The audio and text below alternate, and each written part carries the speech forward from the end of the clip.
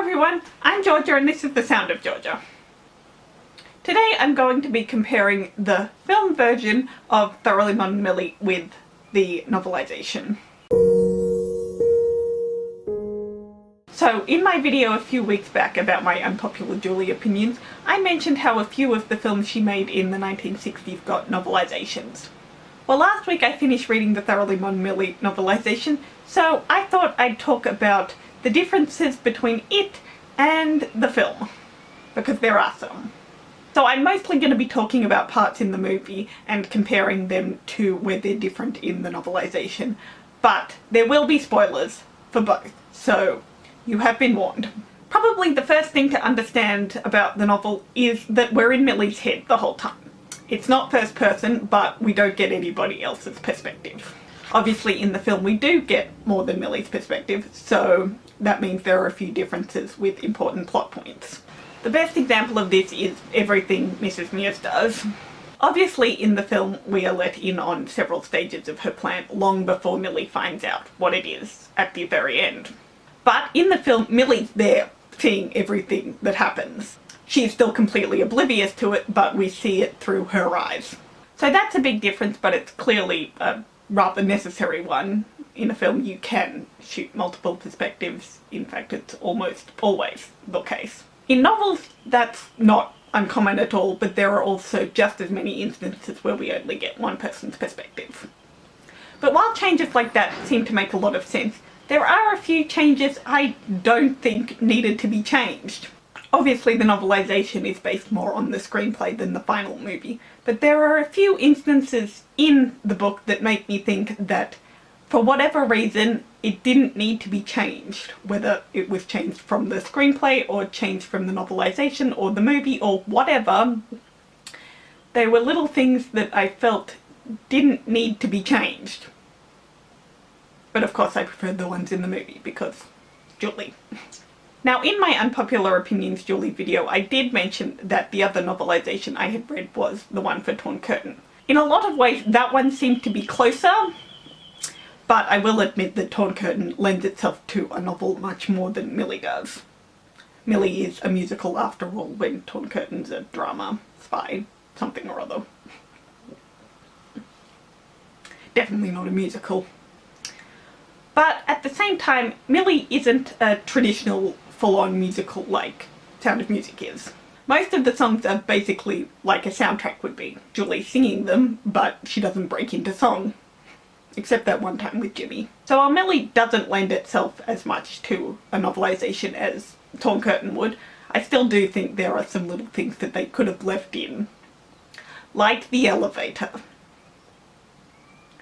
The fact that the elevator doesn't work, is temperamental, is one of my favourite things about the movie. For my whole first year of university, when I lived on campus, every time the lift was empty I would dance and tap my feet in it, all because of Thoroughly Modern Millie. But in the book there's no problem with the elevator at all.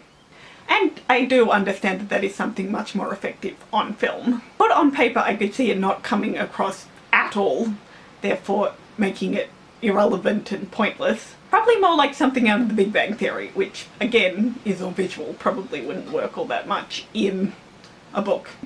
Anybody else sad that show's ending? Anyway, back to Millie. So the elevator works perfectly, and that, while I think it didn't have to be changed, I do understand why it was. But there are still a couple of things that I feel like would have worked perfectly in the novelisation, or even better. For one, there's no tapioca. Well, there is, but there's not. And that's exactly what I mean. Jimmy pulls Millie onto the dance floor and she asks what dance he's doing and he says he made it up. And that's it. Seriously, one more sentence and you could have put the tapioca in without it feeling overly like a musical. But I think the biggest instance was where they first go off to Muzzie's.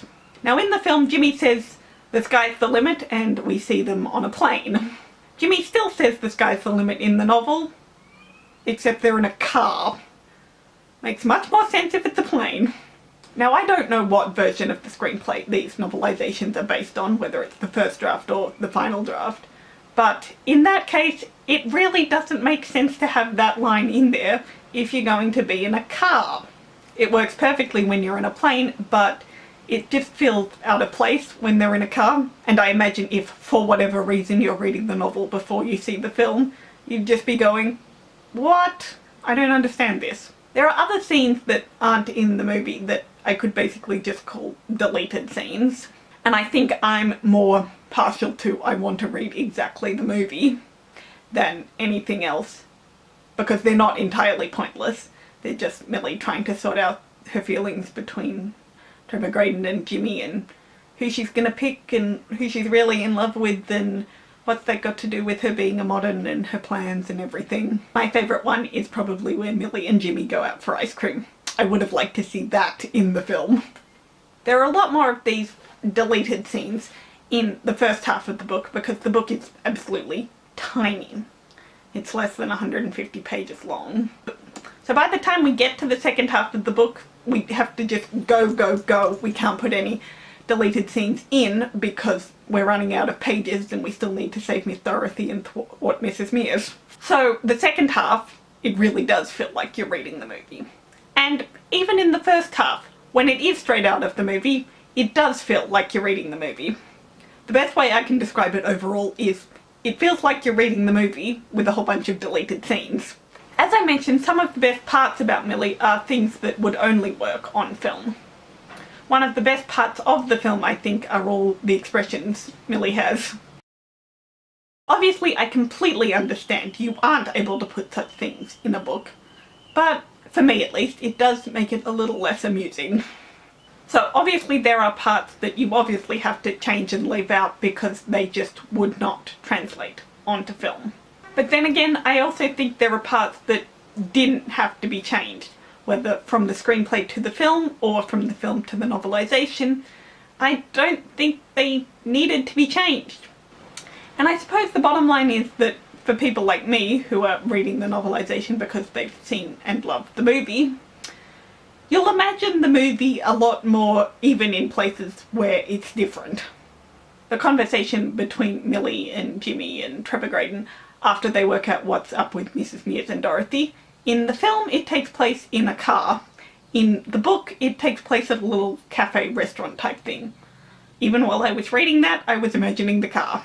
I said in my Unpopular Julie Opinions video that I liked the Torn Curtain novelisation about as much as I liked the film. But I think that's because A, Torn Curtain lends itself much more to a novel than Millie does, and B, I love Millie a lot more than I love Torn Curtain. Millie's in my top 5 favourite Julie films ever, Torn Curtain's somewhere around the middle.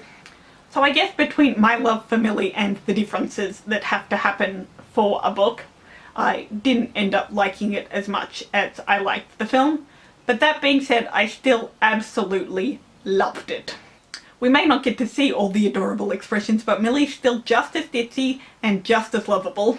And even though things had to be changed because books and films are obviously completely different mediums, there are still some amusing things we get. We still have the whole scene at the party where Millie covers Judith Tremaine's dress in soy sauce, and it comes across pretty much exactly like it does in the film.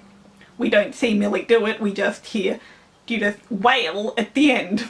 We still get to see Muzzy with the human yo-yos, and we still get to see the girls be crazy and do the same thing to fight off Mrs. Mears while Trevor Graydon stands in the corner because he's been darted. So all in all, it doesn't feel like you're reading the movie quite as much as, say, Torn Curtain. But when it does feel like you're reading the movie, it feels exactly like you're reading the movie. And considering I doubt very much that many people would read the book before they've seen the movie, you can pretty much imagine the movie for the bits that are different. I know I did. So that's everything for today, even though I feel like this review was all over the place and not all that coherent. But I hope you enjoyed. Let me know in the comments if you've seen Millie. Would you like to read the novelisation? Have you read the novelisation?